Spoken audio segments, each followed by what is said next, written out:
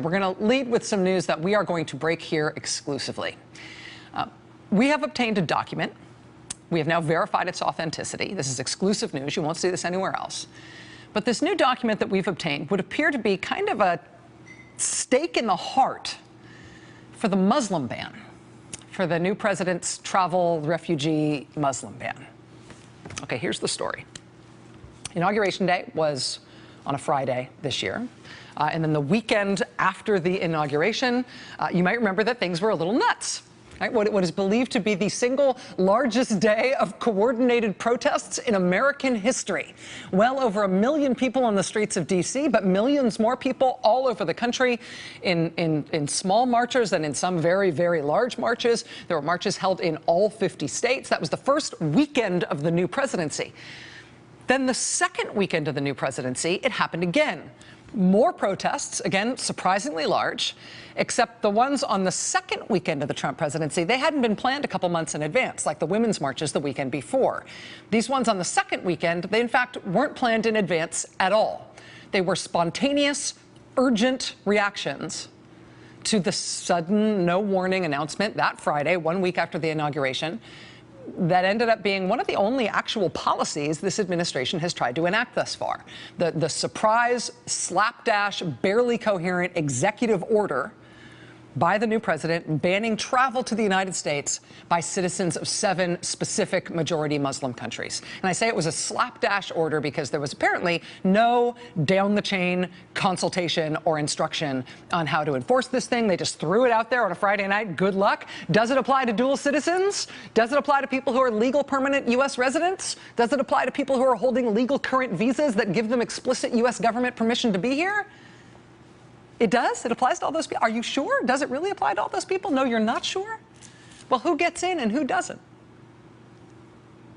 Some people got lawyers or even members of Congress to help them at the airport and try to get them released by airport authorities. Some people just got sent back. Some people apparently got tricked or bullied into signing away their green cards, right? Which is not signing away your legal residency, or signing away. People got tricked into signing away their legal visas, giving them official government permission to be here. It was chaos. This was the second weekend of the new presidency. And it was this ridiculous thing that was put in place amid this just unbelievably chaotic rollout. And that was what the second weekend of the Trump presidency looked like. And this policy very soon started to fall apart, right? The administration said it did apply to legal residents, and then it didn't. Then it did apply to people with current visas, and then it didn't. Ultimately, it didn't take long, though, for the courts to start stepping in and say, oh, heck no, please stop this. The first ruling that stopped the ban was from a district judge, a federal district judge in New York. Hundreds of people waiting in the middle of the night outside that courthouse for that ruling. People had gone to the airport to protest on Saturday night, and then they'd gone from the airport to the courthouse to hear the ruling. A cheer went up when the ruling was announced. Government lawyers trying to defend that ban that night for that judge, apparently, I mean, they really plainly appeared to have no idea how to defend it in court. By Monday, the acting attorney general, Sally Yates, she had put it in writing to the new White House. She said that she didn't believe this new Muslim ban was legal. She said she would not instruct Department of Justice lawyers to defend it because she said it was not going to pass constitutional muster. The courts agreed. Federal judges in New York, in Virginia, and Washington state, they all said some legal version of no, no, no. Ultimately, it was a court one level below the Supreme Court that issued a unanimous 3-judge ruling that also said no, capital N, capital O, you cannot do this. It was a mess. And this really is one of the only actual policy things the administration has tried to do. And it's been a complete mess. The president reacted to that appeals court ruling by saying, we'll see you in court. Remember that? We're going to fight this all the way. Then a week later, his administration told the court, actually, we're not going to fight you at all. We're going to rescind our executive order. We had the Attorney General of Washington State here on this show that night, basically taking a victory lap when they rescinded it, right? His lawsuit killed the Muslim ban. The only worry was that the administration said, actually, they were going to rescind the Muslim ban, but they were going to write a new one to replace it. And, I mean, here's how you know something seriously wrong here. On February 16th, they told the court that they were going to rescind the old Muslim ban, but a new Muslim ban was coming. They said it was going to happen right away. They said it was going to happen, quote, in the near future. That was February 16th. 5 days later, the 21st, the White House said it was almost ready. It was due out right away, definitely this week. Then we got to the end of that week. By the 23rd, they were saying, OK, it's not ready yet. We're pushing it back. Maybe it'll come the following week, which would have meant that it was coming this week. Then on Monday night this week, we were told, OK, definitely it's going to come out on Wednesday. Then on Tuesday, like around midnight, they were told, no, it's not coming out tomorrow. It's not coming out on Wednesday. The reason they said it wasn't going to come out on Wednesday is they said the White House liked the president's State of the Union-ish speech on Tuesday night. They didn't want to put out the new Muslim ban the following day because that would step on the news of the speech. Wanted to let the speech breathe a little. Literally, that's what they told us. The speech needed to breathe. Remarkable sense of urgency on what's supposed to be a desperately important matter of national security, right? We're going to put this off for a day. We like the way the speech is breathing. The respiration of the speech is very satisfying to us. Well, now it's Thursday. Where's the Muslim ban? And the latest word from the White House is, I know we said we were going to let it wait a day, so that would mean Thursday, but here it is the end of the day, Thursday, and it's not here. OK, it's not coming today. It's also not coming tomorrow. Maybe we'll have a new Muslim ban by next week, maybe. Here's the thing. This is one of the only things they've actually tried to do in terms of policy. Notice how it's fallen apart, not gone anywhere? Here's the thing. They really do have a problem here. And now I can show you part of that problem. We have just obtained this document, which is produced by an intelligence agency, the intelligence agency that's based inside the Department of Homeland Security. It's an office called the Office of Intelligence and Analysis. And if that name is familiar to you, it's because that agency, the Office of Intelligence and Analysis at Homeland Security, they were in the news a few days ago because the AP a few days ago obtained a report from this same agency that was apparently spiked by the Trump administration. It was prepared by career intelligence professionals, but then they spiked it. They didn't want to let it out. In that document that was leaked to the AP, it was a fairly devastating blow against the Muslim ban. This was the title of that document. Citizenship likely an unreliable indicator of terrorist threat to the United States. Quote, Department of Homeland Security Office of Intelligence and Analysis assesses that country of citizenship is unlikely to be a reliable indicator of potential terrorist activity. Right. So if you're really going after terrorism, you're really trying to spot and stop terrorists, just banning citizens of some list of countries does not make any sense in national security terms. So that was a few days ago. That was leaked, that document from the intelligence agency inside Homeland Security. That was leaked to the Associated Press last week. Yeah, the Trump administration may not want this to see the light of day, but we're going to leak it. Intelligence community assessment that says banning people based on their nation of origin is national security nonsense. So we had that before tonight. Now, tonight we've got this. This is another leaked report. I'm not going to tell you how we got it, but the Department of Homeland Security has tonight confirmed to us that this is authentic, that this is real. And you can see at the top of it here, I think we've got it on screen. Yeah. It's labeled unclassified for official use only. It's dated yesterday, March 1st, 2017. This is a report that's from the Homeland Security Office of Intelligence and Analysis. Again, that's the U.S. intelligence agency that's based inside Homeland Security. And interestingly, it says it was prepared by that intelligence office, but look at that small print there. Prepared by the Office of Intelligence Analysis, that's the Homeland Security Agency, but it was coordinated with Customs and Border Protection, State Department, Immigration and Customs Enforcement, ICE, National Counterterrorism Center, and the U.S. Citizenship and Immigration Services. So all of those people coordinated in creating this report. And now here's the title. Most foreign-born U.S.-based violent extremists radicalized after entering Homeland. Oh, and what's the key finding here? What's the key judgment here? This is it. Quote, we assess that most foreign-born U.S.-based violent extremists likely radicalized several years after their entry into the United States. And why is that important? Say it again. We assess that most foreign-born U.S.-based violent extremists likely radicalized several years after their entry into the United States, comma, limiting the ability of screening and vetting officials to prevent their entry because of national security concerns. Oh, right. So much for extreme vetting. Right, the whole justification, the whole explanation from this administration for the Muslim ban was to stop people coming into this country, at least for a while.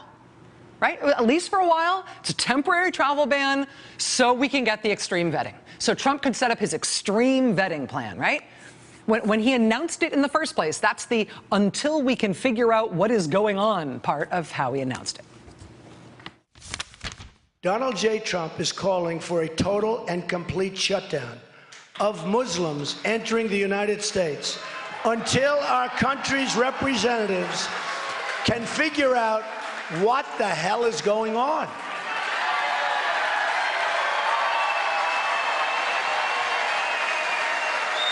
We have no choice. We have no choice.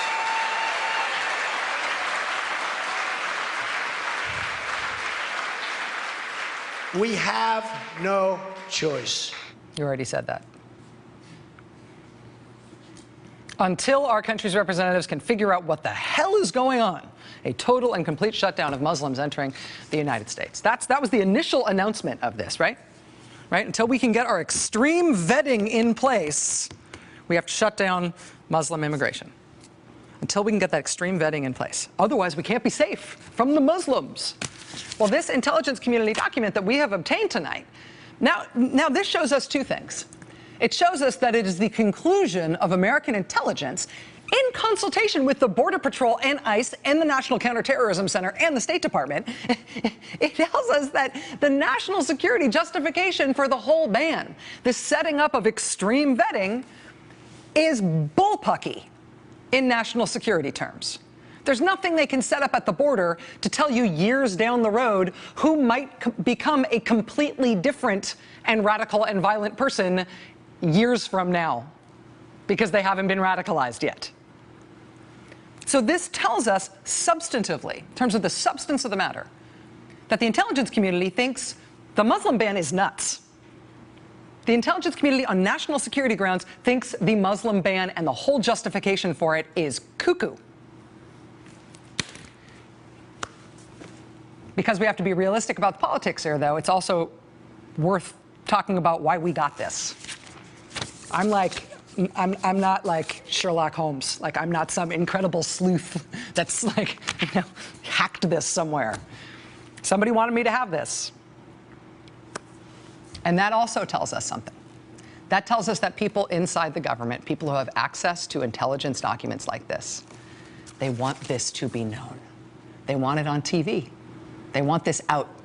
So no matter what the administration says about what they're doing and why, we can see what the career intelligence people actually think about what this government is doing before, presumably, they submarine this stuff. This administration, I know there's a lot going on. And we're going to be talking about the Sessions recusal. We're going to be talking about the investigation in Russia. We're going to be talking about some other stuff going on. I know there's a lot going on. But in terms of what this administration is actually doing, one of the only things they've actually tried to do is this Muslim ban. And it's a disaster. Even if you agree with it, it's a disaster. And when the court shut it down, they said they would issue a new one. And they've been pushing that back and back and back and back and back. And I look at this, and you know what I think? I think the Muslim ban is dead. Joining us now, Andrea Mitchell, NBC News chief foreign affairs correspondent and the host of Andrea Mitchell Reports. Andrea, it's great to see you. Thank you for being here with us tonight. Thank you, because first of all, this is an education. You've shared this with me. I've been reading into it, and I'm learning a lot. Well, what's really going on? Department of Homeland Security authenticated this for us. They told us that that's a real document. It's obviously not a complete document, nor was it apparently prepared for public consumption. Reading through it, though, what's your take on it?